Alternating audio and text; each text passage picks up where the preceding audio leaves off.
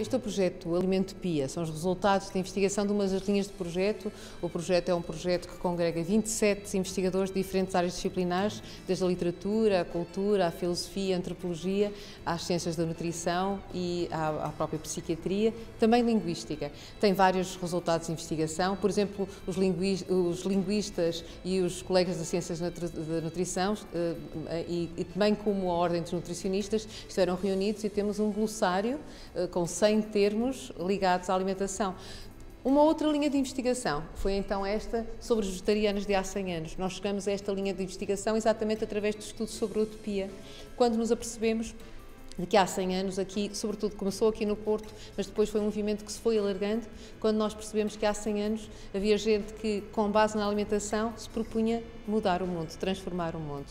Nós aqui somos capazes de perceber que estamos a falar mais do que um pequeno círculo de vegetarianos, porque realmente, embora comece no Porto, muito rapidamente nós conseguimos perceber, sobretudo a partir de 1913, que há um mesmo núcleo que acaba por se formar também aqui em Lisboa, em grande parte dinamizado pelo Sr. Viborg.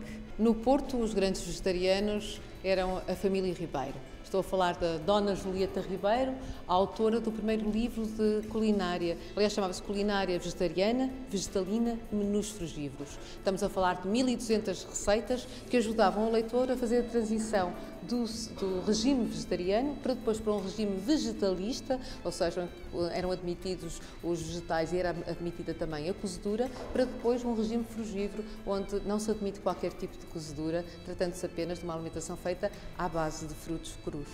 Aquilo que nos surpreendeu enquanto investigadores foi a dimensão da rede dos vegetarianos e também a estrutura, a multiplicidade de estruturas que foram criados para dar apoio a esta comunidade que chegou quase aos 4.000 vegetarianos no ano de 1914.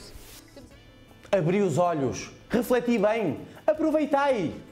Se quereis viver muitos anos e ter uma velhice cheia de vigor, tratai os vossos achaques com ervas medicinais, como faziam os nossos avós. Flora Medicinal, Hervanário Modular, Rua de Fernandes Tomás, 432, Porto. E depois temos aquilo que me parece interessante, que é o último número do vegetariano. 26 anos depois, morre o proprietário, o professor de primário, Manuel Teixeira Leal.